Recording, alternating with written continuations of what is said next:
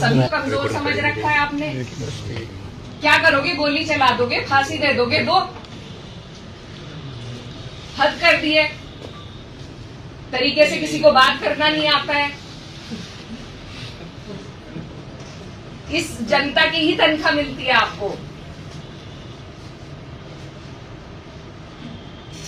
इनकी नौकरी पे हो आप, हम आपकी नौकरी पे नहीं है।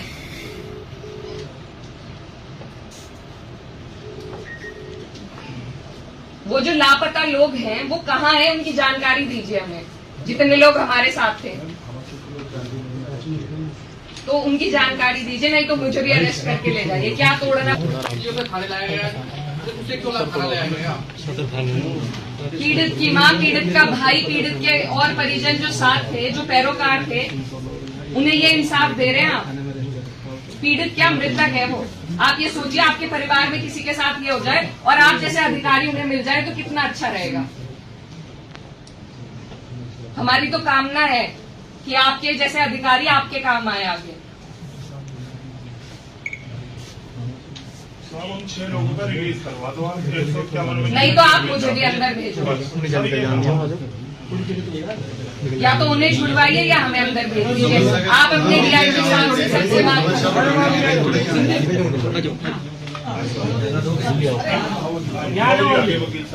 आपकी तो इंसानियत मर चुकी है, हमारी बताइए। मुस्कुराइए मत, मुस्कुराइए मत।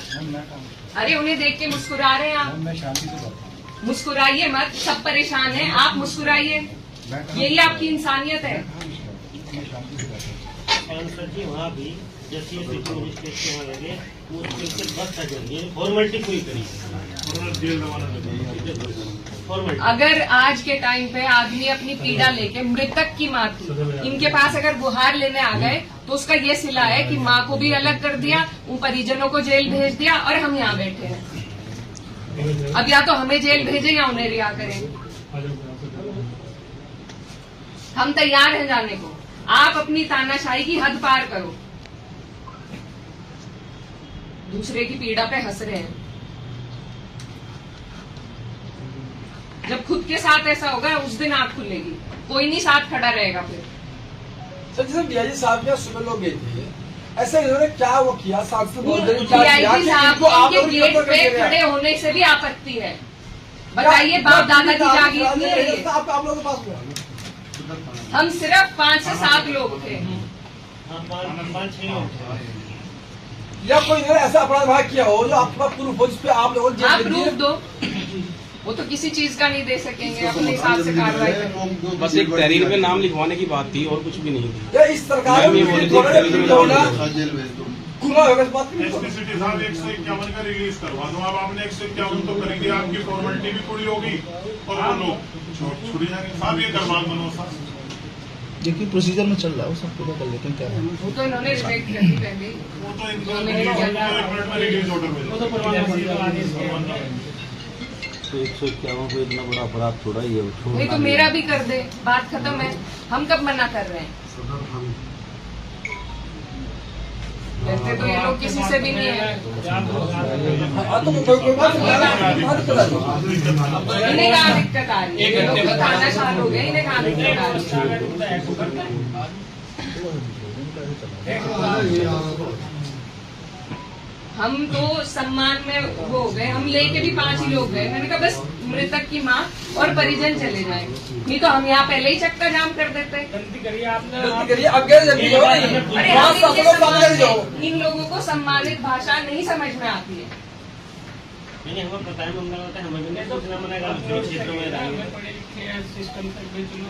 हम इन्हें परेशान नहीं करना चाहते थे, लेकिन इन्होंने हमें परेशान कर दिया। जो पीड़ित पक्ष था, जो मृतक थे, उन्हीं की सुनवाई नहीं है।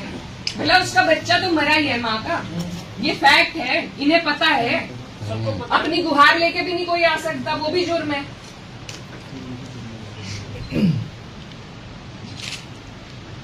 क्या हुआ सलीम उधर?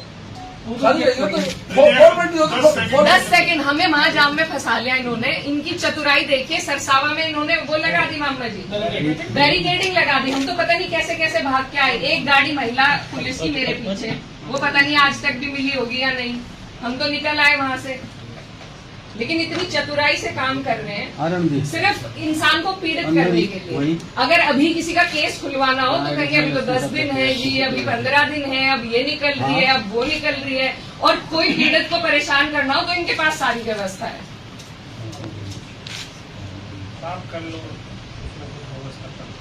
मैं तो जाऊंगी नहीं, मैं तो यही रहूंगी। क्लियर है आप सभी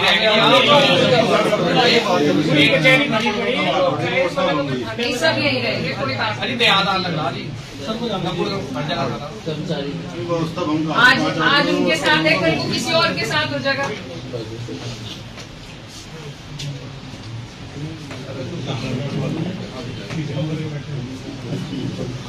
फोन पे ये नहीं सुनते किसी की, इनके घर चले जाओ, ऑफिस चले जाओ, वहाँ किसी की सुनवाई नहीं है। अब यही तरीका बचा है, बस मरेंगे। अब मार दो, गोली मार दो, फांसी चढ़ा दो, इससे ज्यादा तो नहीं करोगे। एक प्रोटोकॉल भी तो आया अभी शासन का ही, माननीय का फोन भी उठाया। ये तो खड़े भी नहीं हुए।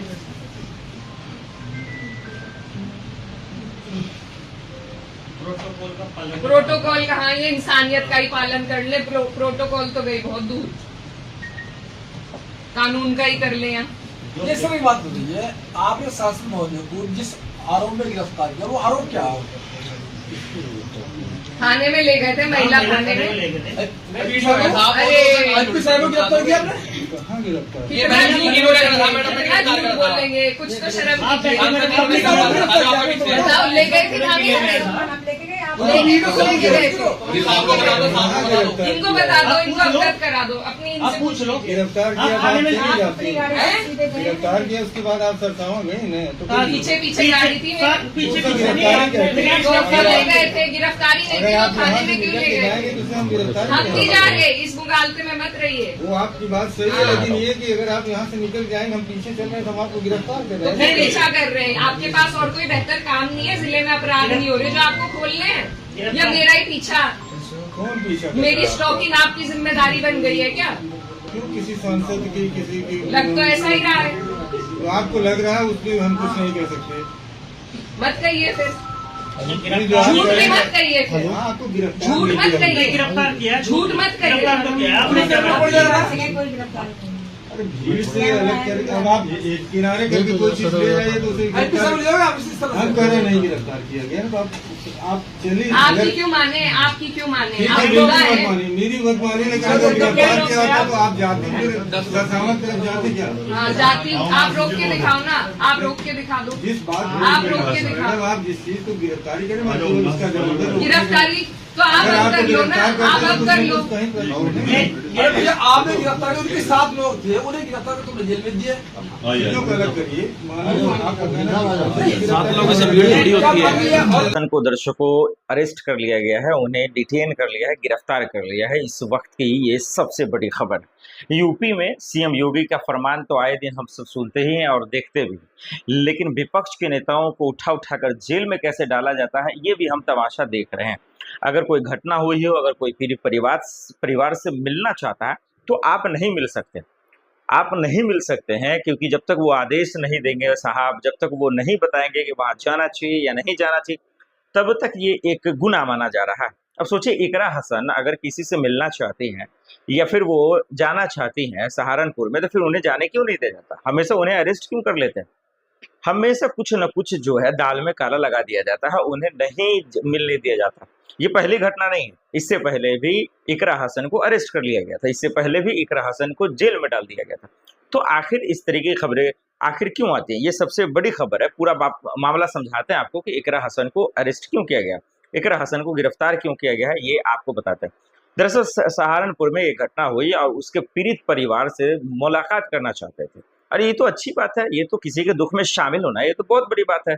ये तो अच्छी बात है कि किसी के दुख में कोई सहारा बनता है, किसी के दुख में कोई जो है दरअसल सहारा बनकर उनकी उम्मीदों पर खड़ा उतरता है।